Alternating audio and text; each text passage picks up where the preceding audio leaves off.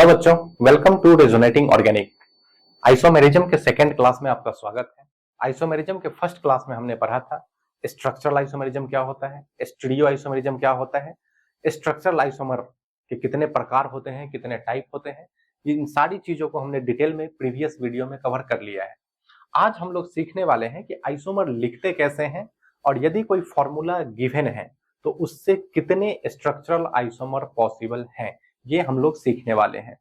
जैसे वो डिपेंड करेगा अनसैचुरेशन फैक्टर पे, है ना। मान लीजिए कि हमने फॉर्मूला लिख दिया, ये देखिए आपने प्रोपेन देखा होगा C3H8 C3H8। ये कैसे हो सकता है, 1 2 3। इसमें कोई भी आइसोमर नहीं होगा, इसका एक ही होगा क्योंकि इसमें ब्रांचिंग और पॉसिबल नहीं है। लेकिन C3H8 ठीक है। अगर हम लेते हैं C4H10, 1 2 3 4 कार्बन का ओपन चेन हो सकता है। इसी फॉर्मूला से हम कैसे बना सकते हैं, 1 2 3 एक इधर बना सकते हैं। तो दो आइसोमर इसके पॉसिबल हैं। ब्यूटेन के आप जानते भी होंगे कि दो आइसोमर होते हैं, नॉर्मल ब्यूटेन एंड आइसोब्यूटेन। उसी तरह से जब आगे बढ़ेंगे तो पेंटेन के 3 आइसोमर होंगे, नॉर्मल, आइसो एंड नियो। तो हम कैसे पता करते हैं कि कितने स्ट्रक्चर पॉसिबल है किसी गिवन फॉर्मूला से, और यदि ये पता हम लोग कर पाने में सक्षम हुए तो हम लोग बता पाएंगे कि कितने स्ट्रक्चरल आइसोमर किसी भी गिवन फॉर्मूला से पॉसिबल है। वो डिपेंड करता है हाइड्रोजन डिफिशियंसी पे। हाइड्रोजन डिफिशियंसी क्या होता है उसको समझते हैं, धीरे धीरे चीजों को समझने का प्रयास करते हैं। सबसे पहला टर्म लिखा हुआ है अनसैचुरेशन फैक्टर। अनसैचुरेशन फैक्टर, इसका एक और नाम है जिसको हम लोग कहते हैं हाइड्रोजन डिफिशियंसी इंडेक्स। तो अनसैचुरेशन फैक्टर क्या बताएगा, यह आइसोमर लिखने में किस तरह से हेल्प करेगा, यह हम बाद में सीखेंगे। पहले ये समझते हैं कि किसी भी गिवन फॉर्मूला से अनसैचुरेशन फैक्टर हम लोग कैलकुलेट कैसे करेंगे, ठीक है। तो सबसे पहला एग्जांपल है हाइड्रोकार्बन। यदि कोई हाइड्रोकार्बन गिवन हो, हाइड्रोकार्बन मतलब जिसमें सिर्फ कार्बन और हाइड्रोजन प्रेजेंट हो, तो यदि कोई हाइड्रोकार्बन गिवन हो उसमें अनसैचुरेशन फैक्टर यदि उसका हम बोले निकालने के लिए, तो आप कैसे निकालेंगे, तो उसका फॉर्मूला होता है number of hydrogen atoms in corresponding alkane. कितने कार्बन है उसके हिसाब से दो गुने से दो ज्यादा वहां क्या होना चाहिए, हाइड्रोजन।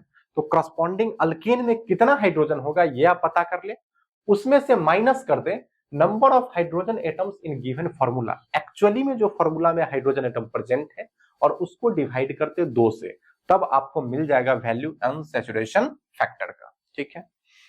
अगर सिंपल हाइड्रोकार्बन दिया हुआ है तो आपको अनसैचुरेशन फैक्टर कैसे निकालना है, तो जितने कार्बन हैं उसके पेरेंट अल्केन में जितने हाइड्रोजन होते माइनस जितना उस फॉर्मूला में हाइड्रोजन प्रेजेंट है डिवाइडेड बाय 2। कुछ एग्जांपल है करके देखते हैं। C4H10, इसका मान लो कि अनसैचुरेशन फैक्टर कैलकुलेट करना है। कार्बन 4 है, हाइड्रोजन की संख्या कितनी होनी चाहिए, 4 दूना 8 और 2 10, तो 10 होनी चाहिए। है कितने, है भी 10, तो 10 minus 10 divided by 2। Unsaturation factor कितना आ गया, 0। तो अगर अल्केन होगा, तो चूंकि अल्केन हम जानते हैं ये कैसा होता है, सैचुरेटेड हाइड्रोकार्बन होता है, सिंगल बॉन्ड से जुड़ा होता है, और सिंगल बॉन्ड से जुड़ा होता है, कहीं भी हाइड्रोजन की डिफिशियंसी है ही नहीं। कार्बन की वैलेंसी 4 पूरी जाती है बिना किसी मल्टीपल बॉन्ड, बिना कोई रिंग बनाए, सारी वैलेंसीज पूरी हो जाती है। इसलिए यदि सीधे सीधे अल्केन दे दिया जाएगा तो उसका अनसैचुरेशन फैक्टर कितना निकल के आएगा, 0 निकल के आएगा, क्योंकि उसमें कोई भी हाइड्रोजन की डिफिशियंसी नहीं हो रही है। दूसरा ये एग्जांपल लिखा हुआ है C3H6, क्या पढ़ेंगे इसको, इसको पढ़ेंगे प्रोपीन। इसका आपको अनसैचुरेशन फैक्टर निकालना है, तो कैसे निकालेंगे, 3 कार्बन है, हाइड्रोजन कितने होने चाहिए थे 3 कार्बन वाले अल्केन में, 3 दूना 6 और 2 8, लेकिन है कितने hydrogen 6 divided by 2, 8 minus 6 2 divided by 2 equal to कितना आ गया 1। तो इस कंपाउंड का अनसैचुरेशन फैक्टर 1 निकल के आया, यानी इस फॉर्मूला से जो कंपाउंड बनाएंगे उसमें हाइड्रोजन की डिफिशियंसी होगी, और हाइड्रोजन की डिफिशियंसी पूरी की जाती है पाई बॉन्ड से, 2 कार्बन के बीच में पाई बॉन्ड दे दे या फिर रिंग बना दे, तो रिंग बनाने पर भी हाइड्रोजन लॉस हो जाता है, ठीक है। अगला कंपाउंड लिखा हुआ है C4H6, इसका आपको अनसैचुरेशन फैक्टर निकालना है। कार्बन कितने हैं 4, पेरेंट अल्केन में हाइड्रोजन कितने होने चाहिए थे? सर 4 कार्बन वाला तो ब्यूटेन होता, लेकिन ये ब्यूटेन तो है नहीं, तो 4 कार्बन है, हाइड्रोजन होने चाहिए थे 10, 4 दूना 8 और 2 10, लेकिन प्रेजेंट कितने हैं? मात्र 6 डिवाइडेड बाई 2, 10 में से 6 गया 8 डिवाइडेड बाई 10 में से 6 गया 8 कि 4, 4 divided by 2 is equal to 2। यानी इस मॉलिक्यूल में अनसैचुरेशन फैक्टर निकल के कितना आया? 2 निकल के आया। ठीक है, उसी तरह से बेंजीन लिखा हुआ है C6H6, इसमें भी यदि आपको पूछे अनसैचुरेशन फैक्टर निकालने के लिए तो कार्बन कितने हैं? 6, हाइड्रोजन कितने होने चाहिए थे? 6 दूना 12 और 2 14, लेकिन एक्चुअली में कितने प्रेजेंट है? केवल 6 डिवाइडेड बाई 2, 14 में से 6 गया 8, 8 डिवाइडेड बाई 2 कितना हो गया? 4। अनसैचुरेशन फैक्टर का बच्चों मीनिंग क्या है, किस तरह से इसको आइसोमर लिखने में हम इस्तेमाल करते हैं, ये कुछ देर बाद सीखेंगे। पहले ये तो सीख ले कि अनसैचुरेशन फैक्टर निकालते कैसे हैं। तो पहले हमने सीखा हाइड्रोकार्बन के लिए अनसैचुरेशन फैक्टर कैसे निकलता है, आगे देखते हैं। अब मान लीजिए हाइड्रोकार्बन के साथ साथ कुछ हेट्रोएटम है। हेट्रोएटम कहने का मतलब होता है ऑर्गेनिक केमिस्ट्री में कार्बन हाइड्रोजन फ्रीक्वेंटली मिलते हैं, hydrocarbon and their derivatives. Heteroatom का मतलब कार्बन हाइड्रोजन को छोड़ के और कोई दूसरा एटम है, जैसे ऑक्सीजन आ जाए, नाइट्रोजन आ जाए, हेलोजन आ जाए, इन सबको हम लोग कहते हैं हेट्रोएटम। तो यदि किसी फॉर्मूला में हेट्रोएटम प्रेजेंट हो तब अनसैचुरेशन फैक्टर कैसे निकालेंगे? तो वही लिखा हुआ है, if formula has diavalent heteroatom, formula में हेट्रोएटम प्रेजेंट है, वो भी कैसा? डायावैलेंट, जिसकी वैलेंसी 2 हो, और जनरली आपको क्या मिलेगा? ऑक्सीजन, ऑक्सीजन मिलेगा, क्योंकि ऑक्सीजन कैसा होता है? डायावैलेंट ग्रुप है ये। ऐसे केस में जब आपको अनसैचुरेशन फैक्टर निकालना हो तो उस डायवैलेंट एटम को आप इग्नोर कर दे, सीधे सीधे उसको इग्नोर मारे, और जो पिछला रूल है हाइड्रोकार्बन का वही डायरेक्टली अप्लाई कर दे। तो लिखा हुआ है यदि डायवैलेंट ऑक्सीजन कोई एटम है उसको सीधे आप क्या कर दे? इग्नोर कर दे। जैसे एग्जांपल से समझ में आएगा, यहां पे मान लीजिए अनसैचुरेशन फैक्टर निकालना है, इस कंपाउंड का अनसैचुरेशन फैक्टर निकालना है, तो आप देखेंगे कार्बन है, हाइड्रोजन है और ऑक्सीजन है। ऑक्सीजन कैसा है? डायावैलेंट, इसको इग्नोर कर दो। अनसैचुरेशन फैक्टर निकालने में इसका कोई काम नहीं है, इसको सीधे हम समझेंगे सिर्फ क्या? C4H8। अब ये क्या बन गया? हाइड्रोकार्बन, क्योंकि ऑक्सीजन को हमने इग्नोर किया। अब इसका अनसैचुरेशन फैक्टर आसानी से हम निकाल पाएंगे। कैसे? 4 कार्बन वाले अल्केन में कितने हाइड्रोजन होने चाहिए थे? तो 4 दूना 8 और 2 10, लेकिन एक्चुअली में हाइड्रोजन है कितने? 8 divided by 2, 2/2 is equal to 1। Very simple. उसी तरह से यहां पे हम देख रहे हैं बच्चों, तो 7 कार्बन 10 हाइड्रोजन और 2 ऑक्सीजन है। अरे ऑक्सीजन आ गया, और ऑक्सीजन है कैसा? डायावैलेंट, इग्नोर इट, ऑक्सीजन को हटा दे आप, सीधे सीधे आप इसको क्या लिख देंगे? C7H10, और तब इसका अनसैचुरेशन फैक्टर आप निकाल लेंगे। कैसे निकालेंगे? तो हम सीख चुके हैं हाइड्रोकार्बन का अनसैचुरेशन फैक्टर कैसे निकालते हैं। पिछले स्लाइड में हमने यही तो सीखा कि जितने कार्बन है उस हिसाब से हाइड्रोजन होने चाहिए थे अल्केन के हिसाब से। तो 7 दूना 14, 14 और 2 16 होने चाहिए थे, लेकिन है कितने? मात्र 10 डिवाइडेड बाई 2, 16 में से 10 गया 6 डिवाइडेड बाई 2 कितना आ गया? 3। इस मॉलिक्यूल में, इस फॉर्मूला में जो अनसैचुरेशन फैक्टर निकल के आया है वो 3 निकल के आया। ठीक है, अगला देखते हैं। अगला लिखा हुआ है, if formula has monovalent heteroatom, कोई जरूरी तो नहीं है कि हेट्रोएटम प्रेजेंट हो तो हमेशा डायावैलेंट ही हो। अगर मोनोवैलेंट हो गया, और आपको जनरली कैसा मिलेगा? Halogen, chlorine, bromine, fluorine, iodine, ये सब क्या है? एक्स से रिप्रेजेंट करते हैं। एक्स मतलब halogen, halogen, fluorine, chlorine, bromine, iodine, statin, etc. तो ये सब ग्रुप है, ये सब एटम है। कैसे एटम है? मोनोवैलेंट एटम है। तो यदि हाइड्रोकार्बन के साथ साथ कोई मोनोवैलेंट एटम आ जाए तब हम लोग अनसैचुरेशन फैक्टर कैसे निकालेंगे, उसका रूल लिखा हुआ है। आप सिंपली उस मोनोवैलेंट को, हाइड्रोजन भी कैसा होता है? मोनोवैलेंट, और हेलोजन भी कैसा है? मोनोवैलेंट। आप मोनोवैलेंट एटम को मान लेंगे कि वो हाइड्रोजन ही है, और हाइड्रोकार्बन का जो रूल है वही यहां अप्लाई कर देंगे। तो सिंपल शब्दों में कहे तो आप क्या करें, जो मोनोवैलेंट हेट्रोएटम है उसको रिप्लेस कर दे बाय हाइड्रोजन एटम। जितने मोनोवैलेंट एटम है उसको हटाए और उतने हाइड्रोजन एटम वहां पे ऐड कर दे, और तब हाइड्रोकार्बन का जो अनसैचुरेशन फैक्टर निकालने का रूल है सीधा सीधा वो अप्लाई हम लोग कर लेंगे। एग्जाम्पल से देखते हैं। C3H5Br, अच्छा इसका हमको निकालना है अनसैचुरेशन फैक्टर। यहाँ पे आ गया है एक मोनोवैलेंट एटम। इस मोनोवैलेंट एटम को हम इग्नोर नहीं करेंगे, मान लेंगे कि ये हाइड्रोजन ही है। तो ब्रोमीन भी यदि हाइड्रोजन रहता तो ये बन जाएगा क्या, C3H5 पहले से है और एक ब्रोमीन को एक हाइड्रोजन के द्वारा रिप्लेस किए तो बन गया C3H6। अब यहां पर हाइड्रोकार्बन है, अब सिंपल आप अनसैचुरेशन फैक्टर निकाल लेंगे। क्या होता है अनसैचुरेशन फैक्टर? पेरेंट अल्केन में कितने हाइड्रोजन होने चाहिए थे? तो 3 3 दूना 6 2 8 हाइड्रोजन होने चाहिए थे। है कितने फॉर्मूला में? 6 डिवाइडेड बाई 2, 8 में से 6 गया 2 डिवाइडेड बाई 2 बराबर 1। अनसैचुरेशन फैक्टर निकल के आया कितना? 1। उसी तरह से यहां पे है C9H10Cl Br, क्लोरीन और ब्रोमीन दोनों ही कैसे हैं? मोनोवैलेंट एटम है। आप इन दोनों को हाइड्रोजन से रिप्लेस कर दें तो C9H10 तो पहले से था, एक क्लोरीन को रिप्लेस किया हाइड्रोजन से तो 11 हाइड्रोजन हुए, और जब ब्रोमीन को रिप्लेस किया हाइड्रोजन से तो 12 हाइड्रोजन हो गए। तो C9H12। अब हाइड्रोकार्बन का हमको अनसैचुरेशन फैक्टर निकालने आता है। कितने हाइड्रोजन होने चाहिए थे? 9 दूना 18 और 2 20 माइनस 12 इज डिवाइडेड बाई 2। 20 में से 12 गया 8 डिवाइडेड बाई 2, कितना निकल के आ गया? 4।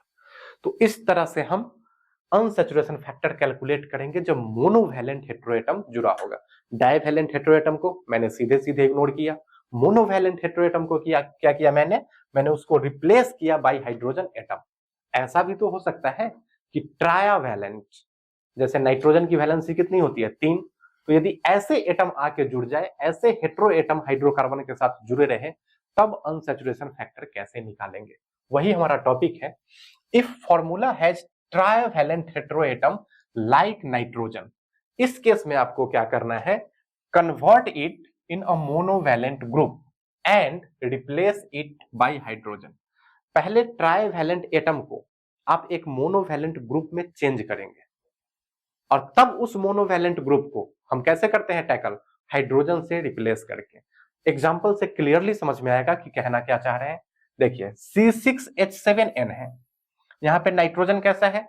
ट्रायावैलेंट एटम है। तो आपको इसको पहले किस में कन्वर्ट करना होगा? मोनोवैलेंट ग्रुप में। तो देखिए नाइट्रोजन से जो ग्रुप बनता है वो बनता है NH2, एमीन ग्रुप आपने पढ़ा होगा। और ये कैसा होता है? ये मोनोवैलेंट होता है। तो ट्राइवैलेंट नाइट्रोजन में 2 वैलेंसी यदि हाइड्रोजन से पूरी कर दे तो ये एमीन ग्रुप बन गया, इसको बोलते हैं एमीन ग्रुप। तो जहां भी आपको नाइट्रोजन दिखेगा आप पहले उसको एमीन ग्रुप में कन्वर्ट कर लेंगे। वही लिखा हुआ है convert it into a monovalent group. तो पहले इसको हम कन्वर्ट करके ऐसे लिखेंगे, 2 हाइड्रोजन तो इसमें नाइट्रोजन में लग जाएगा, क्यों? मोनोवैलेंट ग्रुप में कन्वर्ट करने के लिए। तो लिखेंगे C6H5NH2, ठीक है। अब ये ट्रायावैलेंट एटम से बदल गया मोनोवैलेंट ग्रुप में। अब इस मोनोवैलेंट ग्रुप को आप किससे रिप्लेस कर देंगे? हाइड्रोजन से रिप्लेस कर देंगे। तो आप क्या करेंगे? C6 इसको रिप्लेस बाय हाइड्रोजन।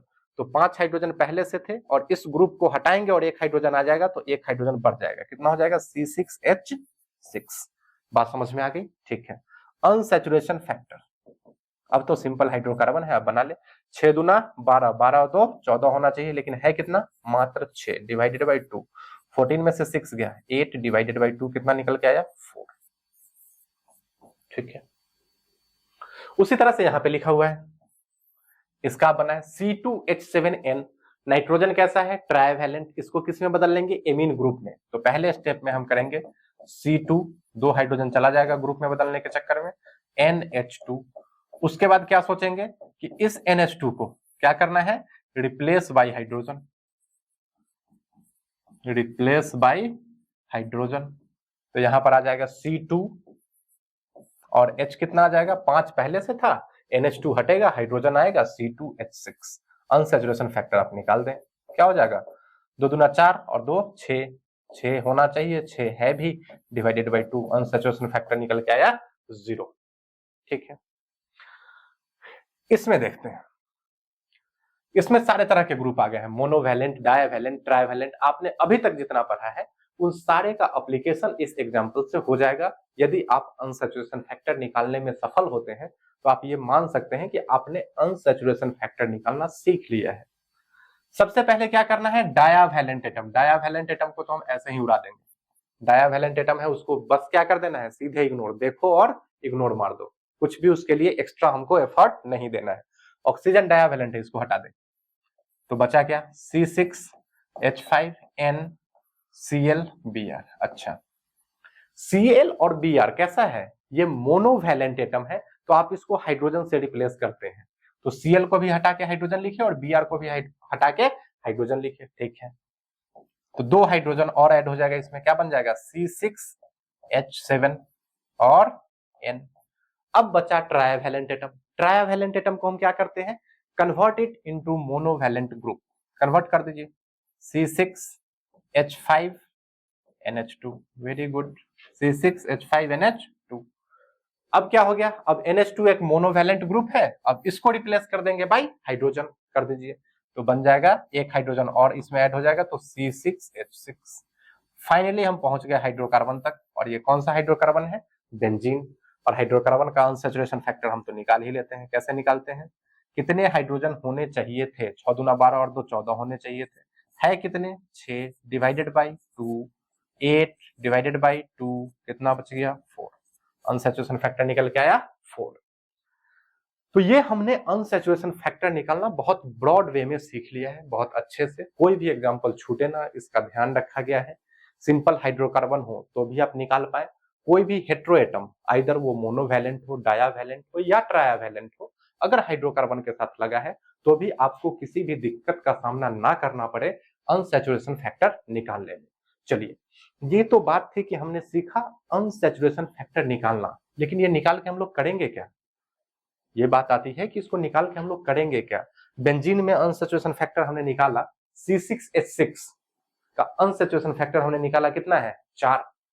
तो इससे क्या पता करेंगे हम, तो हम ये कर क्यों रहे हैं, टोटल नंबर ऑफ आइसोमर निकालने के लिए। एक गिवन फॉर्मूला से कितने डिफरेंट डिफरेंट स्ट्रक्चर पॉसिबल होते हैं, यही तो घटना क्या कहलाती है, आइसोमर। और ये हम इतना मुशक्कत इसलिए कर रहे हैं कि हम पता कर पाए कि यदि कोई गिवन फॉर्मूला है उससे कितने सारे अलग अलग स्ट्रक्चर, अलग अलग मॉलिक्यूल बनाए जा सकते हैं। तो अब समझते हैं मीनिंग ऑफ अनसैचुरेशन फैक्टर। चलिए, meaning of unsaturation factor. Unsaturation factor का मतलब है मॉलिक्यूल अनसैचुरेट हो रहा है, और अनसैचुरेट हो रहा है मतलब अल्कीन अल्काइन कैसा होता है, अनसैचुरेट।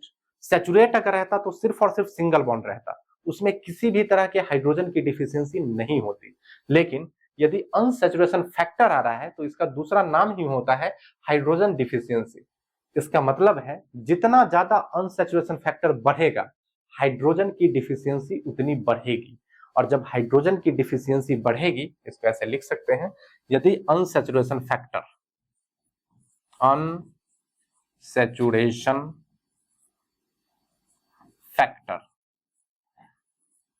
का वैल्यू इंक्रीज हो रहा है, तो ये बताएगा कि हाइड्रोजन डिफिशियंसी भी मॉलिक्यूल में क्या होगी, इंक्रीज होगी।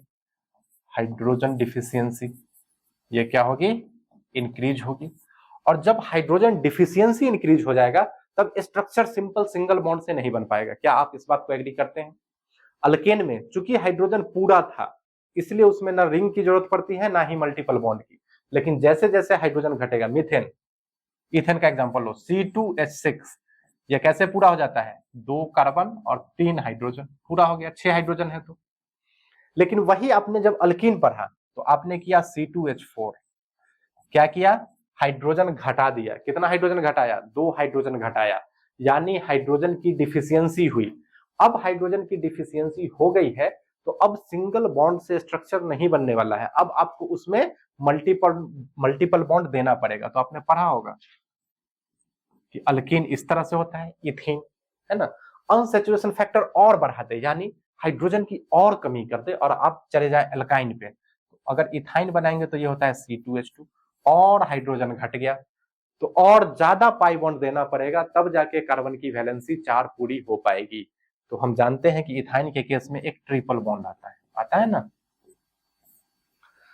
तो जैसे जैसे अनसैचुरेशन फैक्टर बढ़ रहा है, हाइड्रोजन की डिफिशियंसी बढ़ रही है, और हाइड्रोजन की डिफिशियंसी बढ़ेगी तो मॉलिक्यूल में पाई बॉन्ड की संख्या बढ़ेगी, या मॉलिक्यूल ओपन चेन से रिंग की तरफ जाने लगेगा, मॉलिक्यूल ओपन चेन से रिंग की तरफ जाने लगेगा। ठीक है, वही लिखा हुआ है। It tells about hydrogen deficiency in molecule.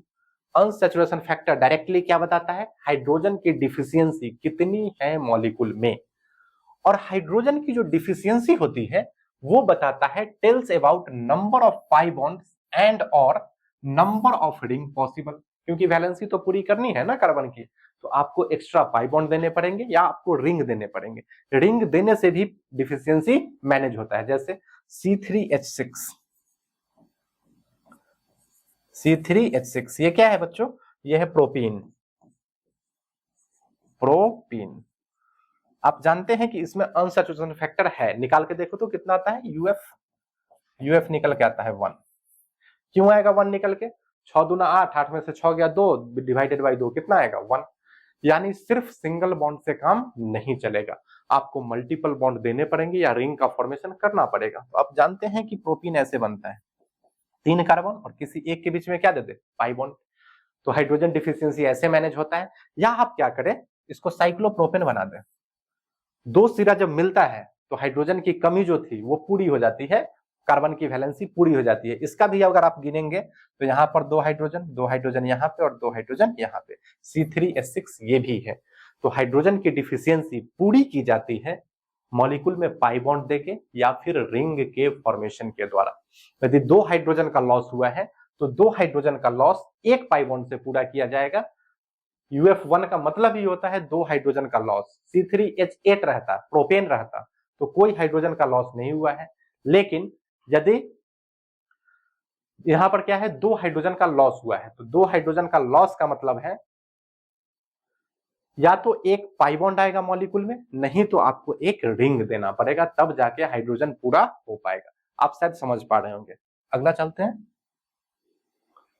देखिए अब हम मीनिंग समझते हैं यूएफ का। ये समझ गए यूएफ, ये बताता है हाइड्रोजन डिफिशियंसी, और हाइड्रोजन डिफिशियंसी फर्दर इंडिकेट करता है मॉलिक्यूल में पाई बॉन्ड की संख्या या फिर कितने रिंग बन सकते हैं उसकी संख्या। अब देखते हैं UF0 का मतलब क्या होता है। अच्छा, UF0 आ गया है, मतलब UF0 आ गया है मतलब जितने हाइड्रोजन चाहिए थे उतने हाइड्रोजन फॉर्मूला में होंगे, जितने अल्केन के हाइड्रोजन चाहिए उतने हाइड्रोजन उस फॉर्मूला में होगा, यानी ये कुछ और नहीं अल्केन ही है। तो ऐसे में कोई भी पाई बॉन्ड नहीं आएगा, अनसैचुरेशन है ही नहीं, हाइड्रोजन की डिफिशियंसी है ही नहीं, तो मॉलिक्यूल में ना तो पाई बॉन्ड की जरूरत है और ना ही मॉलिक्यूल को रिंग फॉर्मेशन करने की जरूरत है। ये सिर्फ और सिर्फ एक ओपन चेन होगा विदाउट पाई बॉन्ड। क्या आप इसको एग्री करते हैं? गुड। लिखा हुआ है नो हाइड्रोजन डिफिशियंसी, कोई भी हाइड्रोजन की डिफिशियंसी नहीं है, only open chain without any pi bond. कुछ एग्जांपल देखते हैं, जैसे C5H12, इसको हम लोग क्या कहते हैं, पेंटेन। ये है हमारा पेंटेन,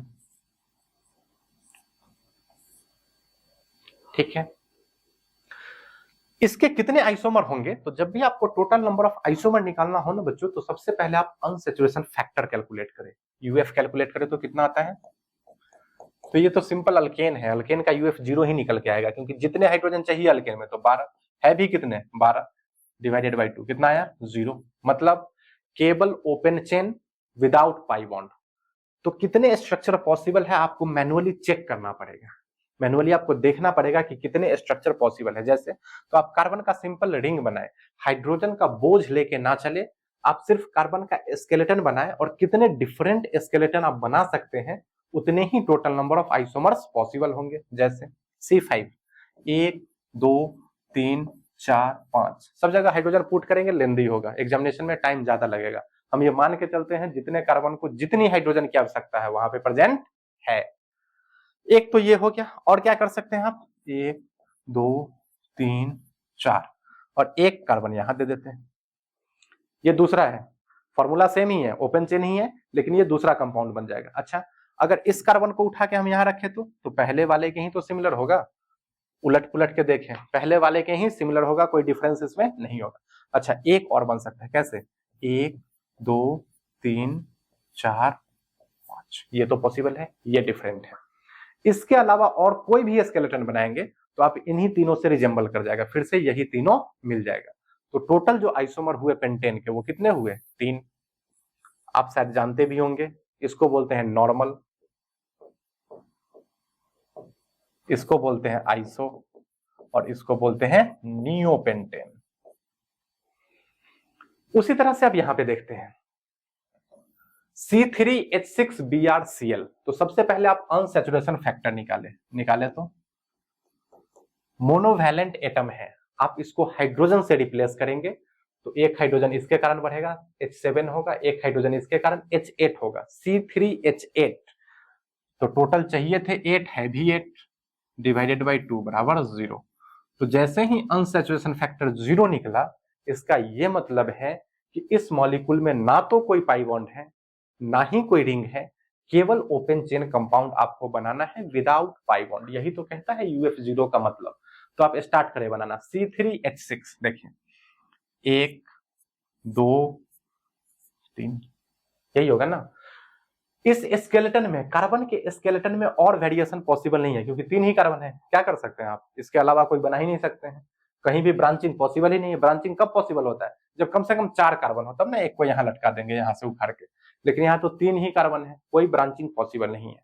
वेरिएशन आएगा यहाँ ब्रोमीन और क्लोरीन के चलते, कोई छूटे ना इसके लिए। देखिए पहले हम ब्रोमीन को यहाँ फिक्स करते हैं, यहाँ पे हमने ब्रोमीन को फिक्स कर दिया।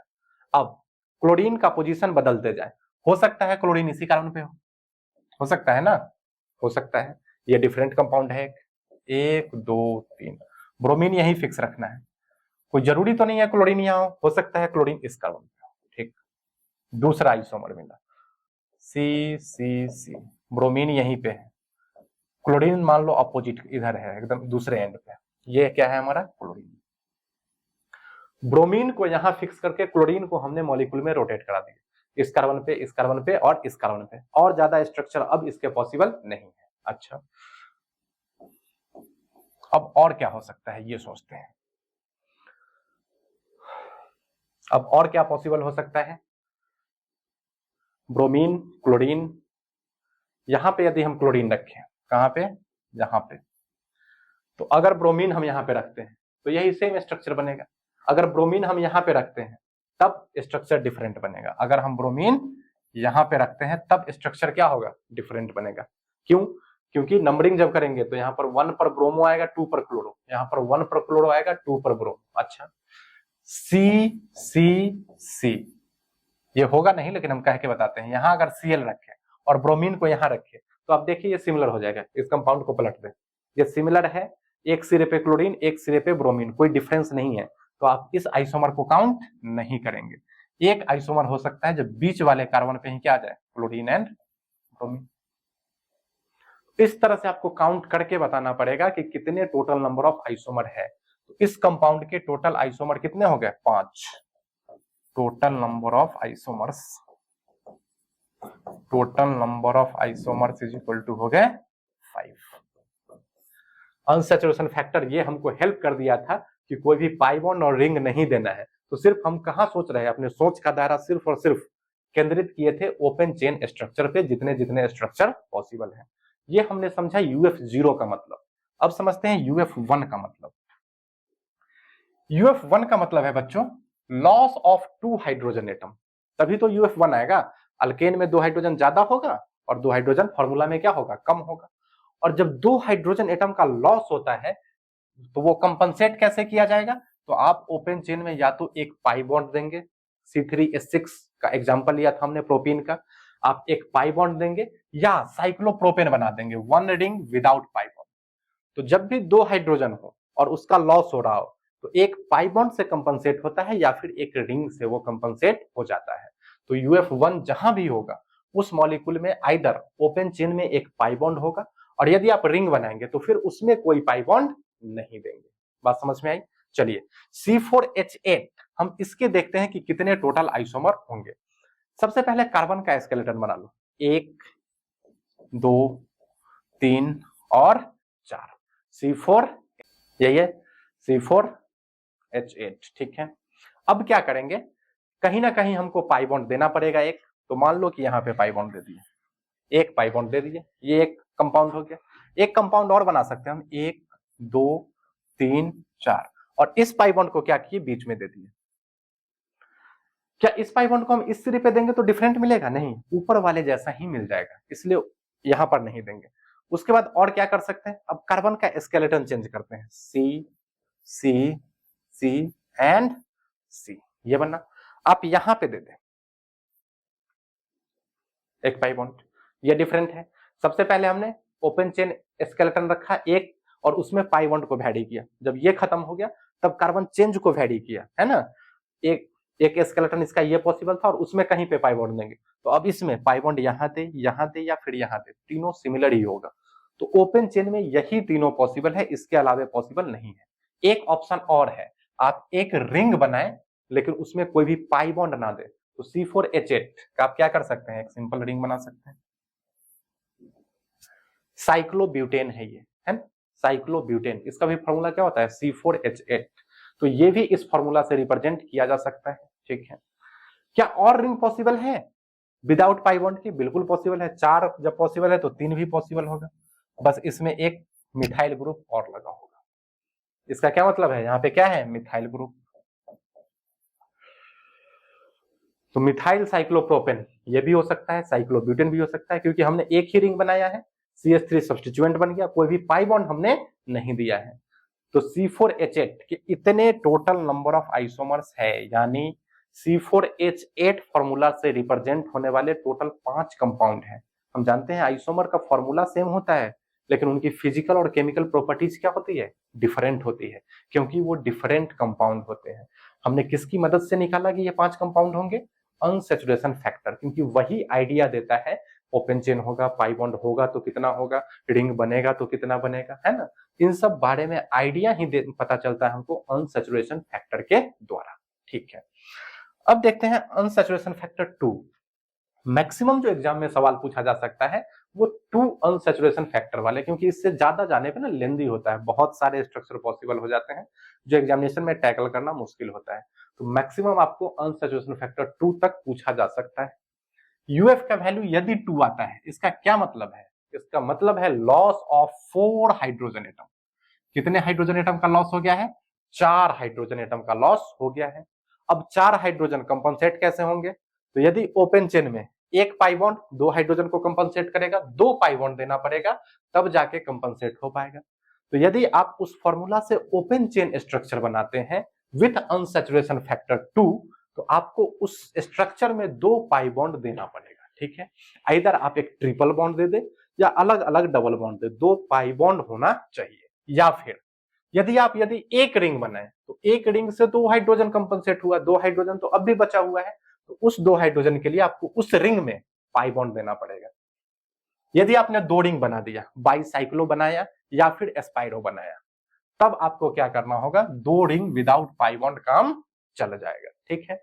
एग्जाम्पल से समझते हैं, C4H6 ब्यूटाइन कहते हैं इसको, अल्काइन ग्रुप का ये मेंबर है। यहां पर हमको करना है कि इसके सारे स्ट्रक्चरल आइसोमर लिखने। हम अभी सिर्फ और सिर्फ स्ट्रक्चरल आइसोमर की बात कर रहे हैं, स्टीरियो आइसोमर की बात नहीं कर रहे हैं। तो कितने स्ट्रक्चरल आइसोमर होंगे ये डिपेंड करेगा अनसैचुरेशन फैक्टर पे। सबसे पहले यूएफ कैलकुलेट करें।